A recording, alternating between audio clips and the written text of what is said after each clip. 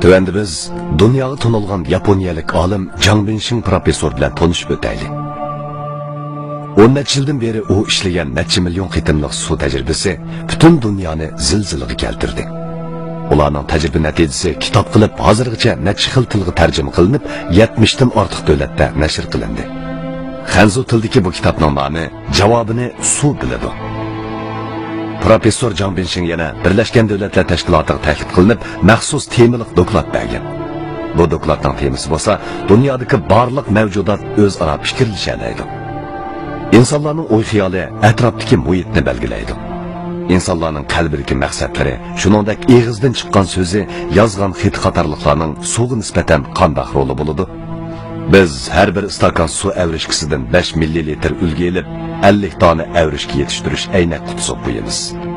Ondan bu avrishga yetishtirish aynak qutilarini 0 dan tuvan 25 Selsiya gradus sovuqlikka to'nglatqol selib 3 soat to'nglatamiz. Bu suv to'nglatilgandan keyin biz ularni 0 dan tuvan 5 Selsiya graduslik sovuqlikka to'nglatqol solamiz. Bu yerda telekameralik mikroskop bo'lib, bular orqali bu 50 dona avrishga yetishtirish aynak qutisini suratga tortamiz. Eng avval hech qanday uchur berilmagan suvni suratga tortamiz. Ondan bu suvlarga ma'lum uchur berib, ondan keyin yana bir qitim suratga tortamiz. Ilgari keyin tortilgan bu suratlarni bir yerga qo'yib selishtiramiz.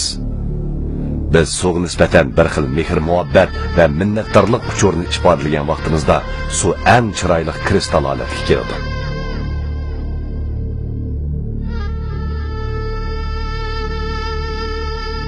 Ilgari har qitim suvni ko'rgan vaqtimda suvni nihoyatda tinish deb o'ylaydim.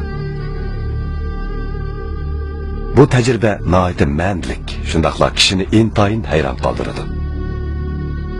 Tabiat dunyosidagi barliq mavjudot haqiqatan bir butun gavda bo'lib, zotla ayirib qarashga bo'lmaydi.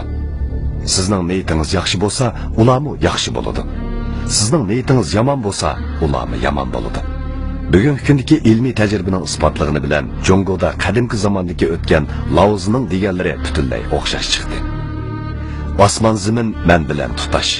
Barliq mavjudot men bilan bir gavda. Suv odamning maqsadini ko'rib tushunalaydi. Aynak qutiga rahmat so'zini yezib chaplab qo'yganda suvning kristalli bundaq holatga o'zgardi. Mayli qaysi davlatning yezig'ini ishlatishdan qat'iy nazar, faqat qalbingizda tashakkur bildirgan, niyatingizda minnatdorlikni niyat qilgan bo'lsangizlar, suvning kristalli shuncha go'zal chiqadi. Bu Xanzu yezig'idagi rahmat so'zi. Bu Portugaliya yezig'idagi rahmat so'zi. Bu Koreya yezig'idagi rahmat so'zi. Bu Finlandiya yezig'idagi rahmat so'zi. Bu Rus yezig'idagi rahmat so'zi. Bu Ruminiya yezig'idagi rahmat so'zi.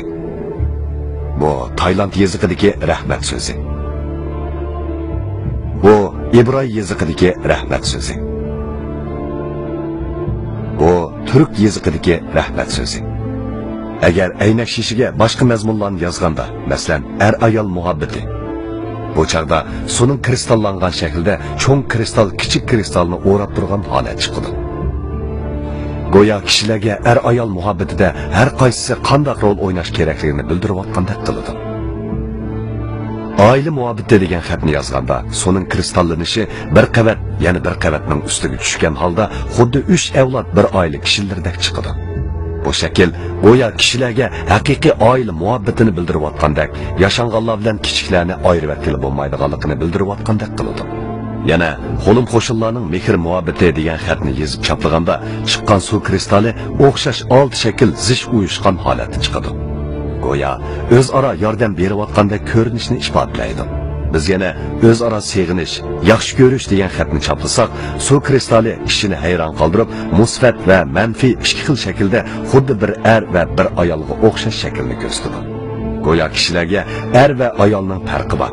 Har qaysisi o'z aloyidligini saqlaganda, ondan zish uyushib, inoq va mehr muhabbatlik o'talaydi deyotgandek. Endi bu suv kristalli qarab, u intayin go'zal, shundaqmi? Siz buningga qaysi xat chaplanganligini bilamsiz? Buningga bo'lsa, kishilar doim deydigan, shundaqla kishilar anglashga eng amroq bo'lgan "men seni so'yman" degan so'z chaplangan.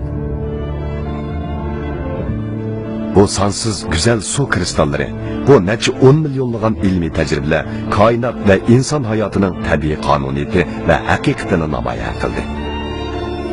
Demek, meyli insanlar yoki tog' daryo, yer zimin bo'lsin, dunyodagi barliq shaylardan go'zallikni so'ymaydigani yo'q. Mehr muhabbatni behojat biladiganlar yo'q. Demak, su biz yozgan xatning ma'nosini ko'rib tushunalaydi ekan. Undaqda u yana anglashni biladigandir. Tövendikisi bir istakan suga Zhang Binxing professor yozgan bir kublet she'rni deklamasiya qilib bergandiki, suvning kristallangan holati bo'lib, bu she'rning mazmuni bundoq. Yer shariga kelganingizni qarshi olamiz. Bu safaringizning manzili shuncha uzun. Siz haqiqatan jafo tortdingiz. Bu yer sizning vaqtliq illiq oilangiz.